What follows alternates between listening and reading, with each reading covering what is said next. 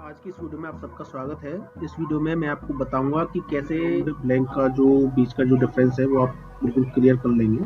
ठीक है ना। What is the difference between null and blank in this language framework. So video को start करते हैं एंड आपको बता देता हूँ मैंने अब तक किया क्या है इस प्रोजेक्ट में। मैंने सिंपली एक प्रोजेक्ट बनाया है नल एंड ब्लैंक नाम से, नल अंडरस्कोर ब्लैंक नाम से। उसके अंदर एक एप्लीकेशन F1 की क्रिएट किया है एंड सेटिंग डॉट py में उसको एप्लीकेशन को रजिस्टर कर लिया है। एंड उसके बाद मैंने एक मॉडल क्रिएट किया है, एक क्लास क्रिएट की है मॉडल्स में। वाईटी करके एक क्लास क्रिएट की है जिसमें मैंने 4 फील्ड लिए हैं, डेट नाम से, टाइम नाम से और नेम एंड मैसेज नाम से। ठीक है। मतलब इन नेम्स के नाम से मैंने ये 3 कॉलम क्रिएट कर लिए हैं एंड इस जो मॉडल है इस मॉडल को admin.py में रजिस्टर भी कर दिया है। ठीक है। अब बात करते हैं कि what is the difference between null and blank. So सबसे पहले तो मैं आपको ये मेक माइग्रेशंस करके दिखा देता हूँ जो मैंने किया है। Make migrations, now it is create, make migrate भी कर देता हूँ, मेक माइग्रेट भी कर दिया। ओके, तो simply I go to run करते हैं इसको एंड इस पर क्लिक करते हैं यूआरएल पे एंड इसके बाद एडमिन में जाके इसको देखते हैं। ठीक है, वाइटीज करके आ गया एंड एड वाइटीज में जाते हैं। तो अब आप देखो होता क्या है इसमें कि जैसे कि मैं आपको ये 4 फील्ड बताए हैं एंड नल एंड ब्लैंक का सारा खेल यहीं पर है, डेटाबेस का और फॉर्म वैलिडेशन में दोनों का खेल है। जैसे ही सपोज दैट किसी यूजर ने कोई भी डेटा फिल नहीं करना चाहता है एंड वो विदाउट डेटा फिल किए अगर वो उस सेव पे क्लिक कर देता है तो आपके सामने देखो कितनी एरर आ रही है। चारों फील्ड पे एक एरर शो हो रहा है कि this field is required, this field also required, this field also required and this field also required. ठीक है। तो मतलब अगर, क्योंकि मैं आपको बता देता हूँ कि इसमें जेंगो में by default all field are required, जितने भी फील्ड है इसमें कोई भी एक्सेप्शन नहीं लगेगा।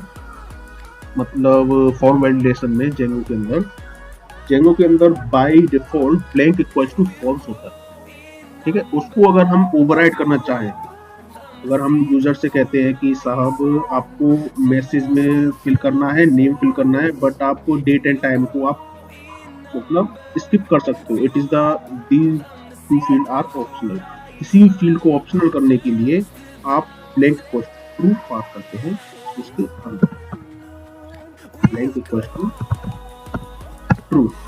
ठीक है, मैंने इसके अंदर blank equal to true pass किया and I also pass blank equal to true, control S किया एंड इसमें आपको जब आप फॉर्म के साथ कोई भी छेड़छाड़ करते हैं फॉर्म वैलिडेशन में ब्लैंक इक्वल टू ट्रू करते हैं तो उसमें आपको make migration and make migrate करने की जरूरत नहीं होती है। सिंपली आप कंट्रोल एस करके कंट्रोल मतलब आपका जो भी सर्वर है वो रिफ्रेश हो जाएगा एंड आपको वहाँ पे चेंजेस भी आपको दिखेंगे, जैसे मैं भी दिखा देता हूँ। कंट्रोल आर किया एंड अब देखिए, अब आपके सामने सिर्फ क्या एरर आ रही है, थ्रो हो रही है, this field required and this field required but these field are not required. ठीक है। और दीज फील्ड क्या हो गए आपके, ऑप्शनल बन गए। अब यूजर इसको फिल कर भी सकता है, इसको ना भी करे तो भी सेव हो जाएगा डेटा। सेव होगा या नहीं होगा ये भी चीज अभी आपको पता पड़ जाएगी। उसको नल इक्वल टू ट्रू से वो बात बनती है उसकी, तो उसको भी मैं आपको बता दूंगा। अच्छा, यहाँ पे मैंने कुछ लिखा हुआ है, यहाँ पे भी पढ़ लेते हैं कि ब्लैंक इक्वल टू ट्रू का मतलब क्या है। It's control the form validation. ठीक है, मतलब कंट्रोल करता है वैलिडेशन ऑफ द फॉर्म को, जितनी भी फॉर्म की वैलिडेशन है, क्योंकि by default all fields are required and अगर आपको ऑप्शनल बनाना है तो आपको ओवरराइड करना होगा by using by passing the parameter blank equal to true. ठीक है, ब्लैंक इक्वल टू ट्रू का पैरामीटर पास करेंगे तब वो ऑप्शनल बन जाएगा एंड अभी उसके बाद मैं आपको दिखा देता हूँ। ठीक है, अब मैं सारे फील्ड को ऑप्शनल कर देता हूँ। पहले blank blank equal to true and simply मैं इसको कॉपी कर लेता हूँ, काफी टाइम लग जाएगा। Control C, control C and control V, control S किया एंड क्या हो गया, सॉरी ये मिस्टेक हो जाएगा। कंट्रोल एस किया एंड सर्वर रिफ्रेश हो जाएगा। एंड अब मैं कंट्रोल आर करूंगा तो आप यहाँ पे डिफरेंस खुद ही देख सकते हैं। कंट्रोल आर किया एंड क्या कह रहा है, अभी तो इसका कोई काम नहीं, इस एरर को हम पहले बाद में बताएंगे। पहले तो इस पर चलते हैं, ऐड वाईटी करते हैं। नाउ अब मैं क्या करता हूँ, कोई भी मैंने डेटा सेव नहीं किया है and user without data fill क्यू अगर वो सेव पे क्लिक कर देता है तो कोई भी एरर वहां उस पेज पे थ्रू नहीं हुई, ठीक है ना। फॉर्म में ये एरर क्या होगी, स्किप हो गई क्योंकि आपने सारी फील्ड को ऑप्शनल कर दिया है। बट ये डेटा वाले फील्ड में आपको ये दिक्कत आएगी कि नल इक्वल टू ट्रू। अच्छा, ये नल इक्वल टू ट्रू होता क्या है ये बता देता हूँ। कि जैसे आपने कोई फील्ड लिया, जैसे आपने वहां पे लिया था डेट फील्ड और टाइम फील्ड लिया था, तो डेट फील्ड में आपने कोई भी डेटा फिल नहीं किया तो उसमें जो फील्ड में जो डेटा गया वो एज ए नल गया, ठीक है। और जेंगो के डेटाबेस को ये नहीं पता है, ठीक है, जेंगो को ये नहीं पता है कि अगर कोई डेटा नल आता है उसके पास तो उसको डेटाबेस में सेव कर लेना है या नहीं, ठीक है। तो उसको मैन्युअली बताना पड़ता है कि अगर भाई इस फील्ड में से अगर कोई डेटा नल नल आ रहा है तो उसको आप सेव कर लो, क्योंकि उसमें by default null equal to false होता है and by default blank equal to false होता है, ये आप ध्यान रख लीजिए। उसको आप ओवरराइड करते हैं मैन्युअली जाके, ठीक है। यहाँ पे भी देख लीजिए पहले, null equal to sorry true, true pass किया एंड इसके बाद कॉपी भी कर देते हैं null null equal to true, ठीक है। कंट्रोल एस किया। अब आप यहाँ पे दोनों में डिफरेंस भी देखना, क्योंकि मैंने सिर्फ इन दोनों में ही नल इक्वल टू ट्रू पास किया है बट इन दोनों में नहीं किया है।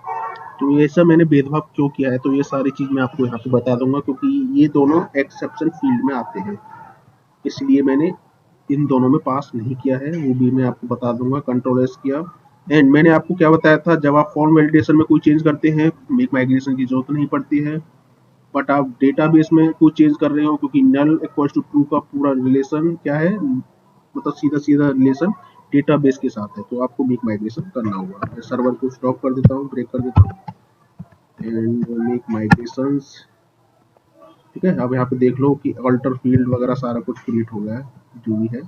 एंड उसके बाद मेक माइग्रेट भी कर लेते हैं, ठीक है। All is okay and now we will run server. अच्छा, इसके बाद चलते हैं, यहाँ पे गए एडमिन पे चाहते हैं, एडमिन।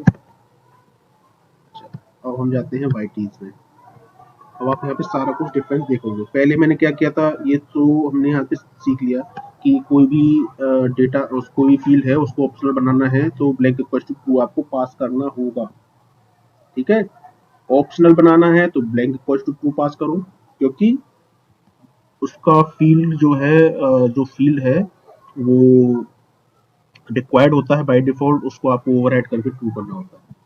सेव पे क्लिक किया, देन आपको कोई भी एरर अब शो नहीं हुई है। पहले एक खतरनाक सा एरर आ रहा था, ये वाला देखिए, नल नॉट नल करके, बट अब सेम चीज की मैंने तो अब नहीं आया, ठीक है। इन इस पे आप क्लिक करके देख भी सकते हैं एंड यूजर ने कोई भी डेटा कहीं पे भी फिल नहीं किया है।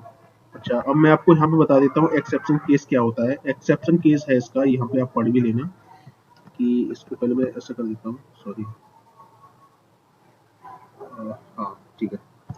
अच्छा, एक्सेप्शन केस क्या है इसका, ये character field and text field, सिर्फ ये दो ऐसे फील्ड हैं जो एक्सेप्शन केस में आते हैं, क्योंकि इनके लिए भी वही सेम चीज है कि ब्लैंक इक्वल टू ट्रू यहाँ पे भी करना पड़ेगा अगर आपको वो फील्ड ऑप्शनल बनाना है। बट इन दोनों फील्ड के लिए जेंगो नल वैल्यू को अलाउ कर लेता है, ठीक है। सपोज दैट मैंने कैरेक्टर फील्ड में जैसे नेम लिखना था, उसको मैंने ऑप्शनल तो बना लिया बट उसमें मैंने नल इक्वल टू पास नहीं किया, तो वो क्या है, जेंगो ये समझता है कि अगर इस वाले फील्ड में नेम इक्वल टू नेम मतलब कैरेक्टर वाले फील्ड, कैरेक्टर फील्ड वाले में कोई भी डेटा अगर नहीं फिल करता है यूजर और सेव कर देता है तो नल जो डेटा है उसको वो डेटाबेस में एज इट इज सेव कर ले विदाउट थ्रू एनी एरर, ठीक है। क्योंकि उसमें बाय डिफॉल्ट इन दोनों के केस में बाय डिफॉल्ट केस क्या होता है, ब्लैंक इक्वल टू ट्रू ही होता है, sorry sorry sorry, null equal to true होता है, इन दोनों के केस में। बट अदर फील्ड्स में नल इक्वल टू फॉल्स होता है, ये ध्यान रखिए। समझ गए?